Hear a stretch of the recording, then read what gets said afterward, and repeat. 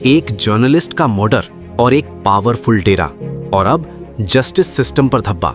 सिरसा का एक जर्नलिस्ट रामचंद्र छत्रपति, उसने अपने एक न्यूज़पेपर में एक ऐसी खबर छापी जो उस डेरे के बहुत खिलाफ थी। फिर कुछ दिन बाद रात के अंधेरे में कुछ घर के बाहर गोलियां चलती हैं।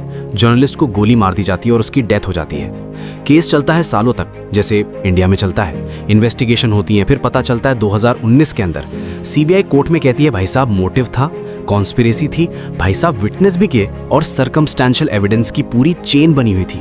और इसी बेस पर डेरे के चीफ गुरमीत राम रहीम को मिलती है लाइफ इम्प्रिजनमेंट। मतलब कोर्ट को लगा कि भाई साहब ये पूरा प्लान जो है मर्डर का वो राम रहीम जी ने किया है। लेकिन कहानी यहीं खत्म नहीं होती। 4 दिन पहले 2026 के अंदर हाई कोर्ट यही केस दोबारा देखती है और कहती है कि भाई साहब एविडेंस अब ना थोड़े रिलायबल नहीं लग रहे। 2019 से 2026 में आते आते थोड़े फेड अवे हो गए हैं। अब विटनेस जो टेस्टिमोनी दी थी अब वो भी कह रहे हैं कि हम डाउट लग रहा है कि मजा नहीं आ रहा। अब डायरेक्ट प्रूफ भी नहीं है। अब 2019 में थे, अब डायरेक्ट प्रूफ भी नहीं है।